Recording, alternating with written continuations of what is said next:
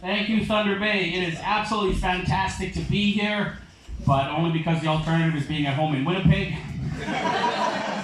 Last night, I actually had an argument with a local Thunder Bay guy over which city was the murder capital of Canada. This is what we were arguing about, and I thought out I was wrong. It's you guys. The last 3 years, Thunder Bay is the murder capital. For like 15 of the last 20 years, it's been Winnipeg. But I thought, how terrible are our cities that we're arguing over that shit? Who kills more people, right? That's terrible, yes. I drove out here the other day with Clayton and Eric, came out from Winnipeg, and it's interesting, when you spend 8 hours in a car with people, you run out of things to talk about. And after a while, we just started talking about the weirdest shit. At one point, Clayton says, what do you guys think is the gayest drink? That's what he said, what's the gayest drink? And Eric said he thought it was a silver cloud. Clayton said he thought it was a chocolate martini. I said I thought it was probably sperm. Thinking I probably won that, right, Thunder Bay? Yes. Yeah. So I made a mistake, though. I left it up to Clayton to book the car for us, and he forgot to rent a car. So the last minute we went down to pick it up, and all they had for us was a Fiat. You guys know what a Fiat is? It's tiny. It looks like a golf cart. That's what it looks like. Clayton and I crammed into that thing with Eric stuffed in the back seat somehow like a contortionist. We're driving down the highway. It looked like we were playing Mario Kart. That's what it looked like. At one point I thought I saw a banana. I was like, quick, swerve! Crazy. I left Eric in charge of the radio. I let him be our DJ for the ride down. And Eric is a younger guy. He listens to all kinds of weird music. He listens to, like, every band he likes has the name Death or Evil or Carnage in their band name. Just real heavy shit. I'm like, I like old school kind of stuff. I like classic rock. I like ballads. One point I kind of snapped and said, Eric, don't you have any love songs? Don't you have anything like that? And he says, oh yeah, I got a love song.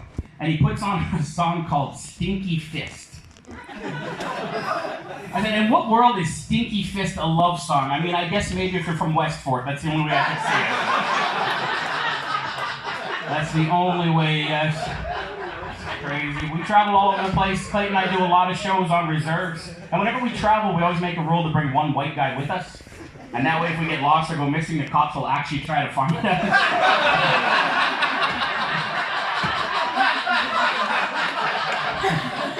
We're traveling out east, and we passed through Moonbeam, Ontario. You guys familiar with Moonbeam? I've never been there before. We're driving by and we see this giant UFO statue. I don't know, I guess they see a lot of UFOs in Moonbeam or something. We stopped to take a picture, and as we're doing that, I noticed two white guys in a car taking pictures of me and Clayton. I guess they see more UFOs than Indians in Moonbeam, Ontario.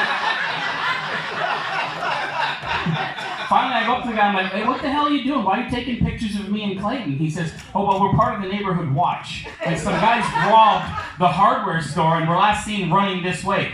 I said, do Clayton and I look like we ever run anywhere? I mean, come on. We found out later it was two African-American guys that robbed the store. How do I match the description of an African-American guy? Then I realized my zipper was down, so... That may have been it, I'm not sure. Clay mentioned that we're from Winnipeg, and Winnipeg was voted by Maclean's magazine the most racist city in all of Canada. I read that and thought, obviously whoever wrote this has never been to Thunder Bay. I mean, you guys burnt down the bridge to your reserve. That is really racist, Thunder Bay. I used to like to go there for cheap gas. Now I gotta drive all the way around. It's not even worth it by the time I get there. I heard you guys finally fixed it. The bridge is fixed now, is that correct? Yeah?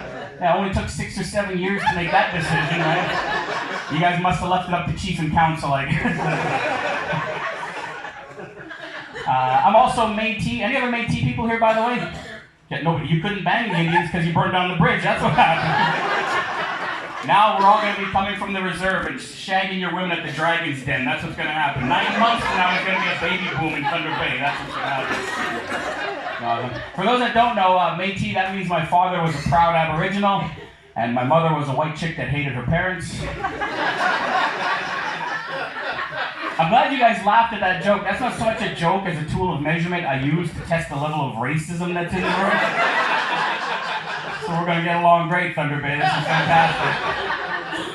Like most Métis, I'm white when I want to get a bank loan, and I'm Indian when I want to get funding.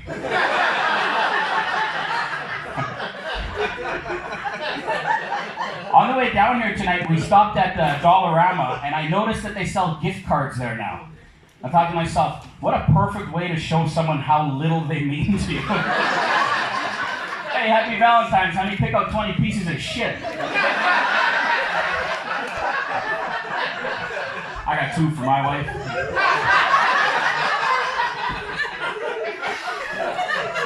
Speaking of shopping, have you guys ever noticed a father dragging his son kicking and screaming out of a store and wondered if that was really his kid?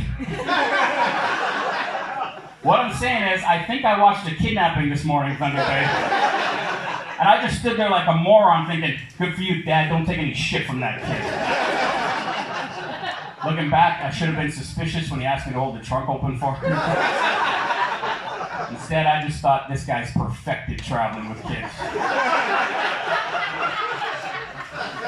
I have 6 kids at home. Oh, okay, somebody over here said, whoa, I gotta ask, man, was that a, whoa, that's a lot, I'm Indian, how the fuck does that surprise you, by the way? It's what we're good at, we make babies, that's what we do. But I gotta ask, was that, whoa, that's a lot of kids, or, whoa, who would bang that guy 6 times? I'm just gonna leave you on the spot to marinate with that. I'm gonna ask if you're single, but this guy's got his arm wrapped around you like ownership. He wants me to know this is mine. It doesn't matter. I'm Indian. I'll do it anyway. You don't have to be single. I got 6 kids. That means there's a lot of fighting in my house all day long. It's nonstop. You're stupid. Get lost. I hate you. And on until my wife gets home and tells me to stop talking to him like that. But I try to be a good parent, you know, I try to support and encourage my kids. My son came home from daycare one day, really excited to show me this picture that he drew. And I looked at it and I said, wow, Jesse, that's an awesome picture of a penguin. And he said, no, Daddy, that's a horse. I said, oh, well, in that case, it sucks. Don't feel bad for him, he got me back. He said, I want to paint a picture of you, Daddy. I said, oh, yeah, go for it, buddy. He said, yeah, but I need a lot more paint. Little asshole. They're all assholes, by the way. Let me hear you. Round of applause. How many people are proud parents? You guys are all full of shit, by the way. I said proud parents. We're not proud. Come on. You know, your kids, you live in a constant state of fear when you bring them out in public, right? Like somebody's going to look, who raised these animals? Anytime you hear anybody go, whose kid is this? You think, oh shit, don't let it be mine. But it's always yours, isn't it? It's always yours, yes. They're all assholes. Even toddlers can be assholes. You got any kids? But if you don't believe me that a toddler can be an asshole, you tell me. What would you call somebody who stuffs his hand down the front of his pea-soaked diaper, jiggles his little baby nuts for half an hour, and then hands a cookie to an unsuspecting, hungry father? That's an asshole, Thunder Bay. That's what that is right there. They're all assholes. My son, when he was 5 years old, I had him in swimming lessons at the YMCA and he got kicked out. The guard told me he wasn't allowed to come back, the lifeguard. So I went and met with her. I was really mad, kind of belligerent, trying to defend my kid. I said, well, why not? She said, well, because he peed in the pool. I said, well, shit, everybody pees in the pool. I'm an adult and I pee in your pool. She says, yeah, but when you do it off the top of the diving board? I can just picture my 5-year-old who thinking it's the funniest thing to make it rain on everybody in the pool. So that was embarrassing, yeah. I get phone calls from the school every once in a while when they have concerns with my kids. My daughter Emily was in kindergarten. I guess she had an argument with a little girl, and the teacher called me in for a meeting. And she said, we had an issue today. Emily and this little girl were arguing, and this little girl ran, and she tattled on Emily. And my daughter told her, snitches get stitches. The teacher tells me this, I said, obviously you didn't learn anything from her lesson then.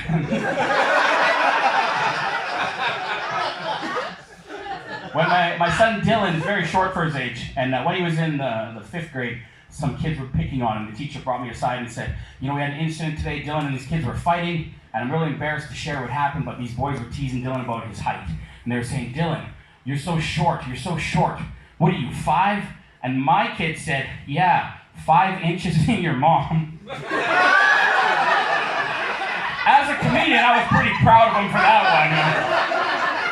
I mean, I probably shouldn't have fist bumped him in front of the teacher, but I was impressed. Yeah. But you guys don't have kids yet? I gotta tell you a few things about pregnancy. It is freaky, but I want to say something to the ladies that did have kids.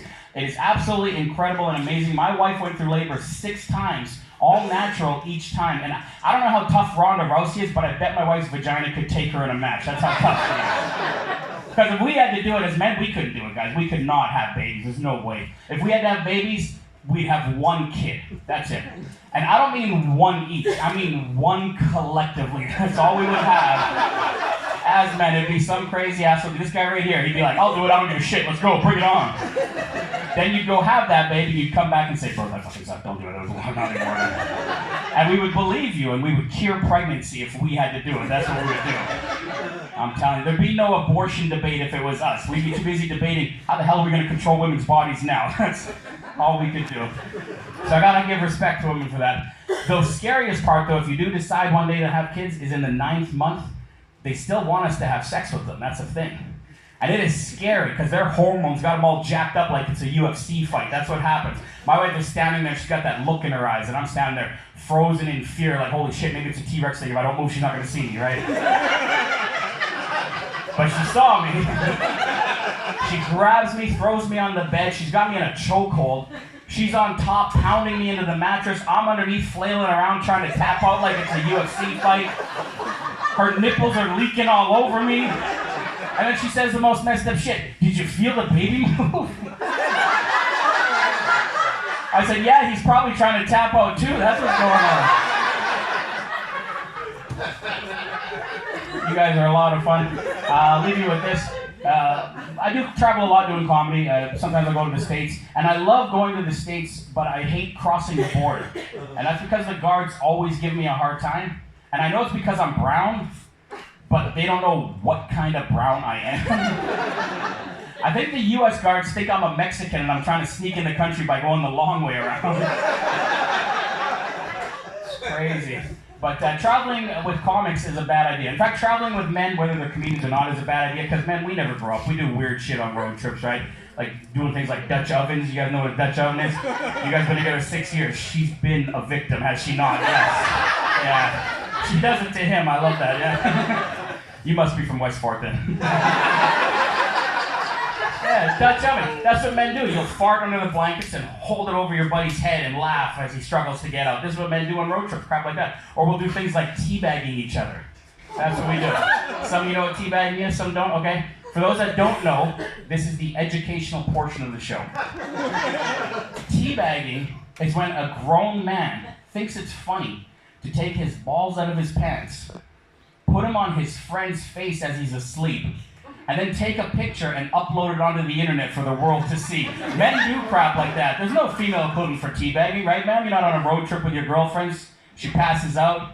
You smear some lipstick down there and plant an Aunt Bertha kiss on her forehead.